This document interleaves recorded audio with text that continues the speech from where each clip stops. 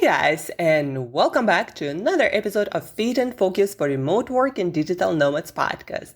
My name is Shurina. I'm your host, I'm your brains coach, and I'm here to bring to you all the brain tools you can use to feel, look, and do your absolute best. Everything is in the brain and how we are able to operate it. I combine neuroscience research with all the practical tools, workflow, lifestyle design, movement, breathing, nutrition, smells, sounds, colors, all of these modalities, combining it with leading edge with neuroscience research that's just coming out of the labs to give you the tools to change your state, to learn how to push your own buttons, how to control yourself or how you appear in the world instead of being controlled by the environment and the circumstances.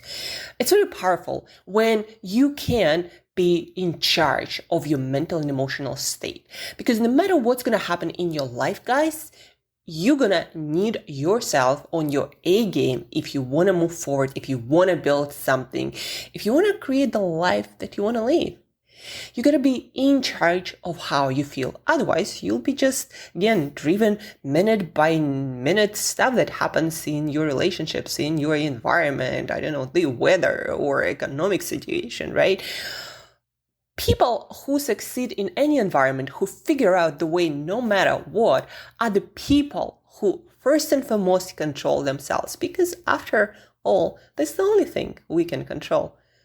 How we feel and how we think and what we do with that. And here, you're going to learn more and more tools about how to become that person who are in charge of their mental and emotional state, of their thoughts and decisions, and ultimately actions that produce results in real life.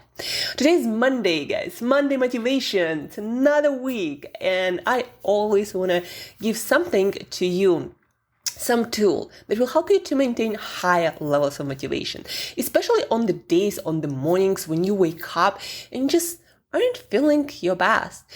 I moved yesterday and today I'm in a new place and I feel the first day is always like completely out of my environment. I feel so uncomfortable. Like I don't like anything, right? Everything is just out of its regular routine. And I also feel like because I stayed in my apartment for quite a while, that it became a home, right? And I also feel uncomfortable because of that. It's like, I left my home, even though it was the next building, literally. But that's the funny life experience, right? We get used to stuff, and even like smallish things can take us out of balance. But that's why it's important to have tools to get you back to balance and to start working on the important things again and again and again, until you get what you want, and then you will want the next thing. But the purpose of this talk is I feel uncomfortable, but today I wake up and I'm like, this is going to be a great day. I'm going to make it a great day. And one of the tools that is confirmed by neuroscience research in mice and in elite athletes, one of the tools to change your states, to increase your motivation, even when you're not feeling motivated, when you feel uncomfortable and out of your place, one of the tools to increase your motivation, specifically working on a bigger vision and a bigger goal. And our life is a bigger vision, right? It's very rare that we work on the thing that lasts a week, right? Most of our goals, they take a while, they take weeks, they take months, they take years. So how do we maintain high levels of motivation, especially when we are uncomfortable and not feeling like it? Here is one trick, one hack that your brain has, one button you can push to increase your levels of motivation almost instantly. It works even in mice, guys. Even in mice. They are not aware of that. But when you put them in a situation that triggers that button automatically, the same thing happens to them. Their motivation levels increase. And how do scientists know when mice are more motivated? Well, they work harder going through the maze, for example, to get some reward. They don't give up, right? When the levels of motivations are higher, or when they need to press some lever or some button that takes effort. The more motivated the mice is, the more they're going to press it, the more they're going to try until they succeed. And athletes elite marathoners, in general disciplines, athletes who have like long-term competition on their work on long-term goals. So it works for them too. The same mechanism that brings motivation levels up. So what is it, you might ask? Like, Angela, what is it? What makes minds motivated and athletes motivated? It's a very simple life situation that you can create yourself in your mind right now. And for mice, it's created from outside by researchers. By bringing the reward, perceived reward, closer to you, your levels of dopamine rise and you feel more motivation, you have more energy, you're more focused. Like, remember those times when, let's say you're working the whole day and you're at the end of your day and you still have one presentation, one slide in a presentation to finish and you're already kind of tired and almost exhausted. But you know, like, this is just one slide, right? And after that, I have the presentation complete and I can go and chill and eat and enjoy the rest of my day feeling accomplished. And you always find focus and motivation and energy for this one thing. The completion is so close, so near. How can you use it for your long-term goals? Very simply, you break them down. So what elite athletes, elite marathoners do, for example, to win their marathon, they don't focus at the beginning on the end. It's too overwhelming. They cannot do their best the whole way till the finish line. What they do is they finish on the next person they need to overcome, on the next mile, on the next, sign that says, you passed so many miles. That they're always running and doing their best to the next closest target. And because of that, their dopamine levels always getting a bump and they go after it. They increase their dopamine, and they win. The same happens to mice. When the mice is aware that the food is right there at the end of this maze, it will work much harder than if you put it further.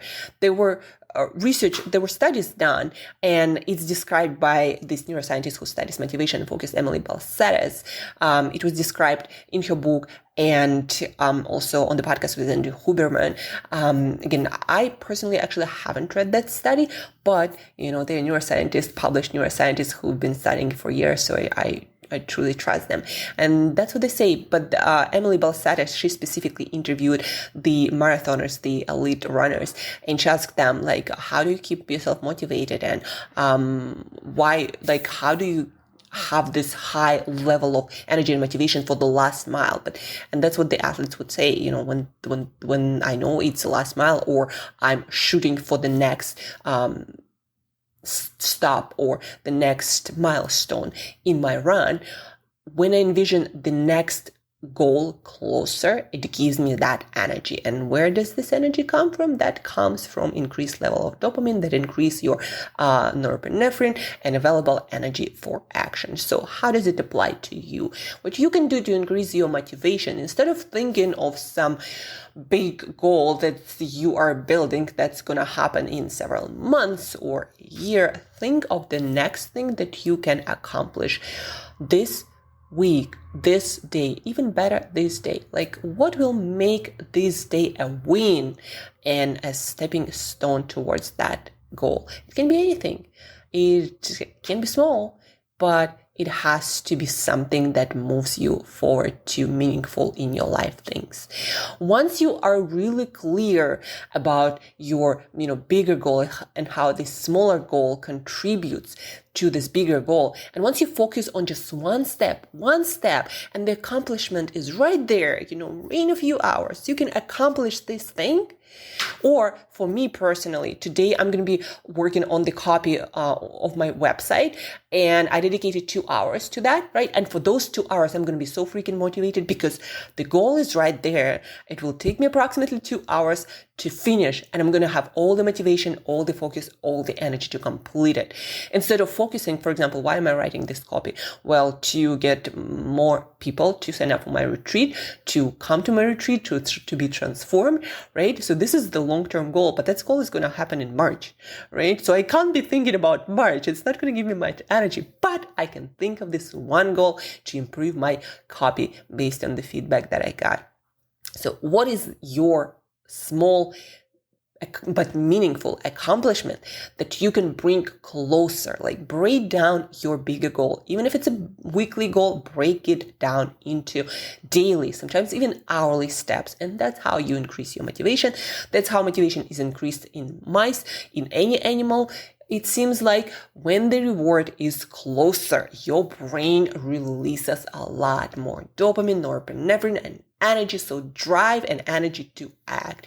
The closer you perceive your goal to be, the more of that you have available. Also, you can kind of hack it by envisioning your goal, your long-term goal more often in a more vivid, colorful details. That will also do the trick, but also break it down, break that big goal so you have something to be accomplished, to be celebrated, to be achieved every single day. And that's the hack. And that's what I'm going to do today. This podcast, it's already an accomplishment. Then I'm going to work on my copy. It's already an accomplishment. Then I'm going to work on sales goal, another accomplishment. And I have specific goals, specific targets to hit for each of those. And that's why the whole day I'm basically motivated. I'm like, I'm moving things, right? I'm accomplishing things. I'm getting after things. And it's right there, the accomplishment, the reward in my mind. And once I make myself feel that it's right there, it's super close, it's at the next corner, at the next turn. Once I have this feeling, I feel like my energy and motivations are limitless. And that's what happens for all the mammalian kingdom, it seems. And also for humans, elite athletes, all kinds of business leaders. So use it, make your goal, make your bigger goal, break it down, make the reward feel really, really close, and get after it with all the motivation and drive and energy that your brain gonna release. Hopefully this was very useful to you. Now, so if today is the day when you don't feel like you have a lot of motivation and energy to take actions, then connect again to your bigger goal, break it down into small wins, and one of those wins gotta be today, and then focus on that win, feel it today, right? And get after it. You'll see how much more energy and motivation you're gonna have. If you have any questions, guys, please feel free to reach out. Also, you can always book a call, reach out via email, angela@brainbreakthroughcoach.com. Check out my Instagram for all the videos explaining many concepts and watching my stories where I share my motivated lifestyle of a brain coach, all the different tools and foods, right? Follow me on Instagram, reach out, and please do share with other people, especially with things that you find useful. If you don't share the podcast, share with them your explanation, because when we teach something, we learn it twice. We remember it better. We internalize it. It becomes a part of us. So when you learn useful things, teach it to others, connect them to this podcast so they can also grow and improve every day. And thank you for listening. Thank you for tuning in, guys. Have an awesome week, and you'll hear from me tomorrow. Talk to you very soon.